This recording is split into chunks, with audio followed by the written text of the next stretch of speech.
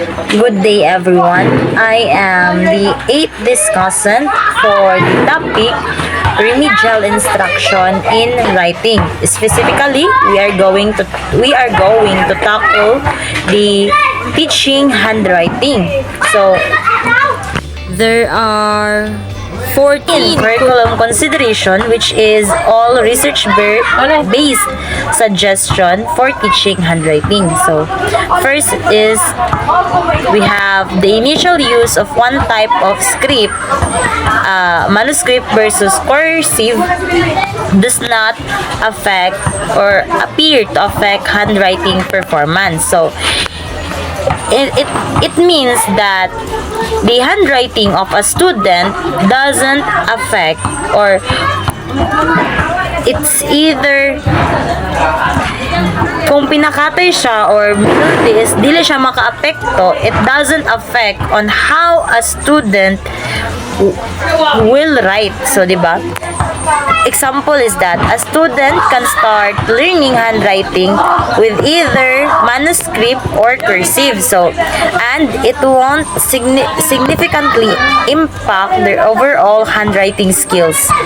Later on, both approaches lead to similar levels of performance. So, this point suggests that the choice between manuscript and cursive initially is not a crucial factor determining handwriting proficiency. So, the focus should be on developing good handwriting habits regardless of the chosen script. So, next is special emphasis is placed on difficult to form letters and those that are frequently reversed. So, example is like letters B and D, P and Q. So, there are student nga confusion. Na siya confusion nga mahatag sa student is physically mag-write sila og words, di ba? Like ang B usahay ma-change nila into D ug ang P into Q. So, this B, D, P and Q often cause confusion due to their similar shapes. So, in order for the students to overcome this difficulty or this confusion, they need extra practice.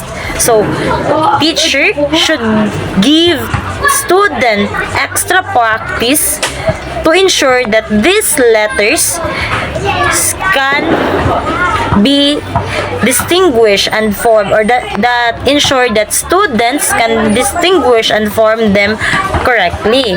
So, these letters are prone to reversal. So, the B, D, P, and Q. So, targeted practice helps students master the correct formation and avoid common errors. So, next is lowercase letters are introduced before uppercase letter unless they are formed using similar strokes. So, if you can still remember, in elementary, students or teacher tends to teach student first the small letters. So, example, teacher starts with lowercase a, c, d. So, and etc. before teaching uppercase A, B, C, D. However, C, the big letter C, and the small letter C can be introduced together because they have similar stroke. So, lowercase letter generally have simpler stroke, making them easier for beginners. So, introducing uppercase letters later builds on the foundational skills learned with the lowercase letters. So, next is number 4. Letters that share common strokes are grouped together. So, example, the O, C, D, and A. So, if you have noticed, 'Di ba? Pag magsulat ta sa O, 'di ba? Paana siya, paana. So, ang C paana pud gihapon diri pa left gihapon iyahang curve, and also the D and the A. So kinahanglan nga kana sila katong mga pareha og stroke, pareha sila og padulngan sa stroke or mga circular stroke. Kinahanglan nato siya i-group together para ang student mas dali niya dili siya maka-cause of confusion, because students ma-remember niya nga ing ani untog kuan kay pareha to sila hapit-hapit sa ing ani nga letter. So the O, C, D, and E need to be teach together because they involve similar circular or curved strokes. So, grouping letters with similar stroke helps students recognize patterns and improve learning efficiency. So, it reduces the cognitive load by focusing on a limited set of motor skills. Next is number 5. The introduction of easily confused letters is staggered. So, one of the example is that don't introduce B and D at the same time. So, kinahanglan kung magtudlo ka sa B, dili sa pud nimo itudlo ang D. Because teaching B first, ensuring mastery, kinahanglan na to nga before ta mo introduce sa D, ato sang i-introduce first ang B, tapos i-ensure na to nga na master na sa student ang B, o saan na to sila i-introduce sa D. So, staging the introduction of similar looking letters prevent confusion and allow students to focus on the unique characteristics of each letter. Number 6 is the formation of individual upper and lowercase letters, and for cursive, difficult letters transition are modeled. So, example, the teacher demonstrate the correct formation of each letter, including the proper starting point, the stroke direction, and ending point. So, for cursive, para smooth iyang transition between letters, so, kinahanglan nga ato po siyang itudlog tarong sa students kung unsaon pag cursive sa mga letters, kay kung kabalo na kung nanay mastery ang students sa kung unsaon pag print lang or katong minuldi ang letters, so dapat ato po itudlo sa ilaha kung unsaon to siya paggamit, labi na pag pinakatay na, para na siya smooth transition. So, modeling provides a visual and kinesthetic reference for students, improving their understanding and imitation of correct letter formation. So, number 7.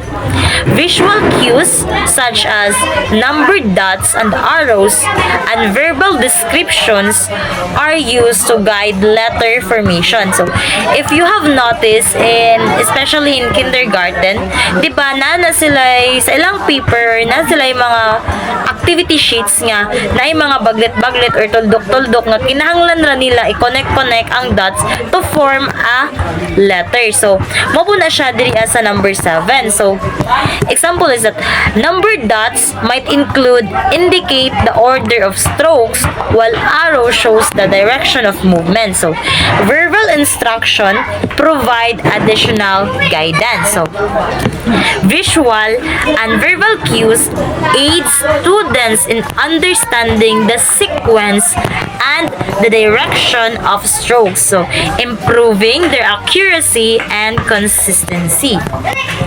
8 is activities to reinforce letter recognition and naming are combined with handwriting practice. So, example, games or Exercises that focus on identifying and naming letters are integrated with handwriting practice to strengthen both skills. So, combining letter recognition and handwriting practices enhances learning and retention by connecting the visual and motor aspects of writing.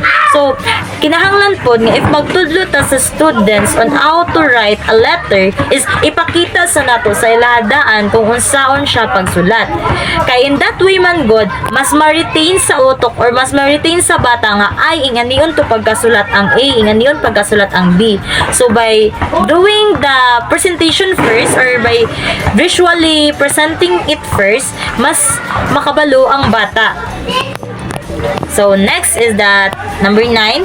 Students practice of using a comfortable and efficient tripod pencil grip. So, examples. Students are taught to hold the pencil correctly using their thumb, index finger, and middle finger. So, by doing this, no, mas ang ato ang mga, diba, ang mga bata is that dili pas gyud sila kabalo maggunit og mga, especially sa elementary, labi na sa kinder, no, dili sila kabalo maggunit pa og mga og pencil. So, di ba nga, sa una, gi-required ang mga bata nga katong dagko nga lapis because in that way man god, mas naa sila'y mas dako ang ilang gigunitan nga lapis is that mas mag-rust nila, mas magunitan nila because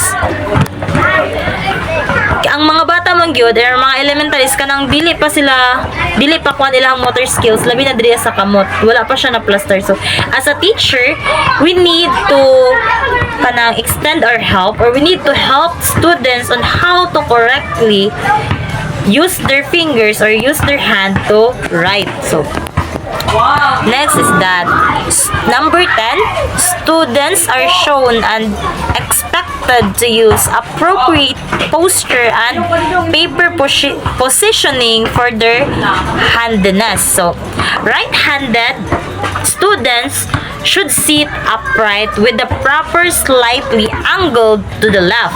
So, left-handed students need a different setup to avoid smudging. So, correct posture and paper positioning minimize strain and promote efficient writing.